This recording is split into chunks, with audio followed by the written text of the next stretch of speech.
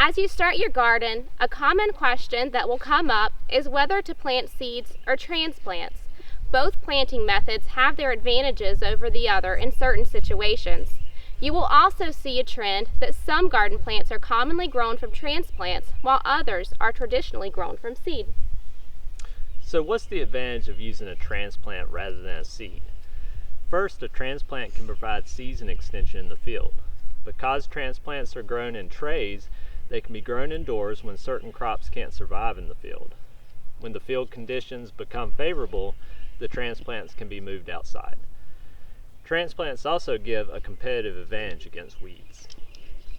Another advantage of transplants is the efficient use of space. You can start transplants in trays to be planted where another crop is finishing up.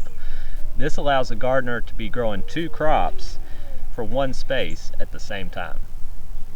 Compared to transplants, direct seeding can be more cost-effective. Generally, when buying seed, a farmer or gardener will have more varieties to choose from. Seeds are also easily stored for later use.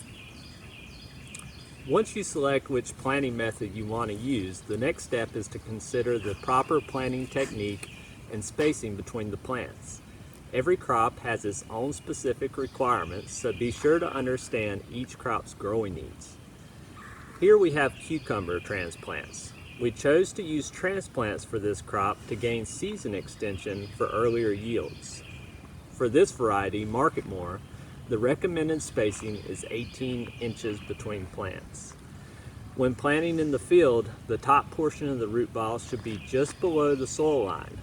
Planting some crops too deep will result in stem damage or plant death. However, planting too shallow can cause the transplant soil to dry out faster than the field soil.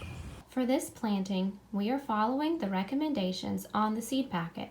The planting depth is 1 to 2 inches and seed spacing is 3 inches. As a general rule, when direct seeding, don't plant your seed any deeper than 2 or 3 times the seed diameter.